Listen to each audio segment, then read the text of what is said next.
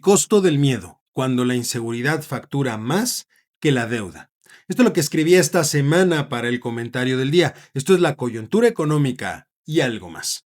Decía el gran McCraft, en un país sin ley, la única inversión segura es la del miedo.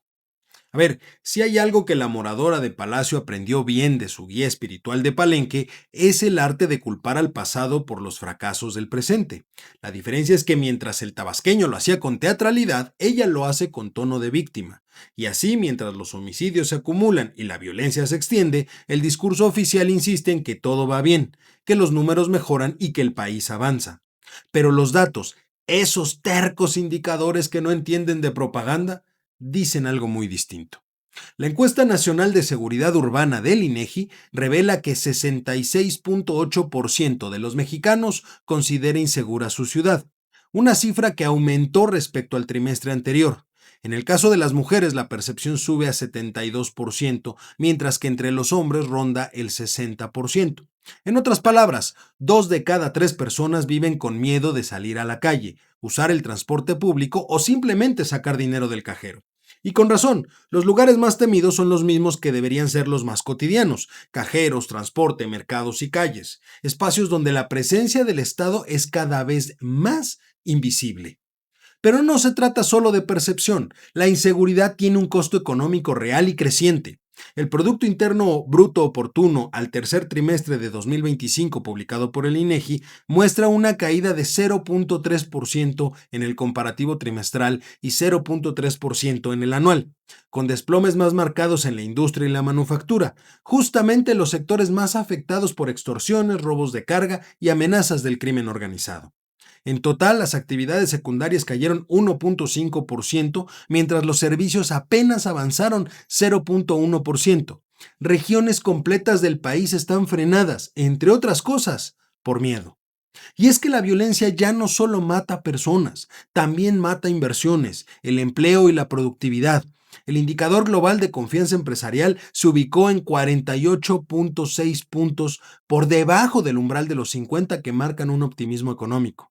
El componente de momento adecuado para invertir cayó hasta 36.9 puntos, su peor nivel en una década. Los empresarios lo dicen claro: sin seguridad no hay inversión posible. La seguridad es uno de los componentes clave sin el cual no se puede invertir. Mientras tanto, desde Palacio Nacional la respuesta sigue siendo la misma: victimizarse, culpar al pasado y presumir abrazos en lugar de estrategias. En su discurso más reciente, la presidenta habló de su compromiso con la paz, pero omitió mencionar los más de 20,000 homicidios dolosos que se han registrado en lo que va de su gestión. Dijo que la violencia es un legado que aún duele, pero evitó explicar por qué su gobierno ha reducido presupuestos para seguridad, porque la Guardia Nacional gasta más en sueldos administrativos que en operativos, o por qué los estados siguen rogando por recursos para equipamiento policial. La economía, como la gente, no prospera en medio del miedo. Cada robo, cada extorsión, cada secuestro genera una reacción en cadena: menos consumo, menos inversión, menos empleo y más pobreza. En los hechos, la inseguridad se ha convertido en el nuevo impuesto nacional, uno que no se le paga al SAT, sino a la delincuencia. Y aún así, la narrativa oficial insiste en que todo está bajo control. El discurso de la moradora de Palacio se llena de palabras bonitas: paz duradera, seguridad con justicia, transformación humanista. Pero en los barrios, en las carreteras, el mensaje es otro: la violencia. Ahí la violencia ya es parte del paisaje. El verdadero costo de esa crisis no se mide en cifras rojas, sino en el miedo cotidiano, en los negocios que cierran temprano, en las mujeres que ya no salen de noche, en los transportistas que prefieren rutas más largas para evitar emboscadas. La inseguridad hoy es el principal factor que erosiona el crecimiento y el desarrollo, pero también el que más se niega desde el poder. Y mientras la presidenta busca consuelo en culpar al pasado, la economía mexicana sigue pagando la factura del presente: menos Producto Interno Bruto, menos confianza y menos futuro. Porque en este país la paz no se genera, se construye. Y lo que este gobierno tristemente está construyendo son pretextos. Así, Así los tiempos estelares del segundo piso de la transformación de cuarta.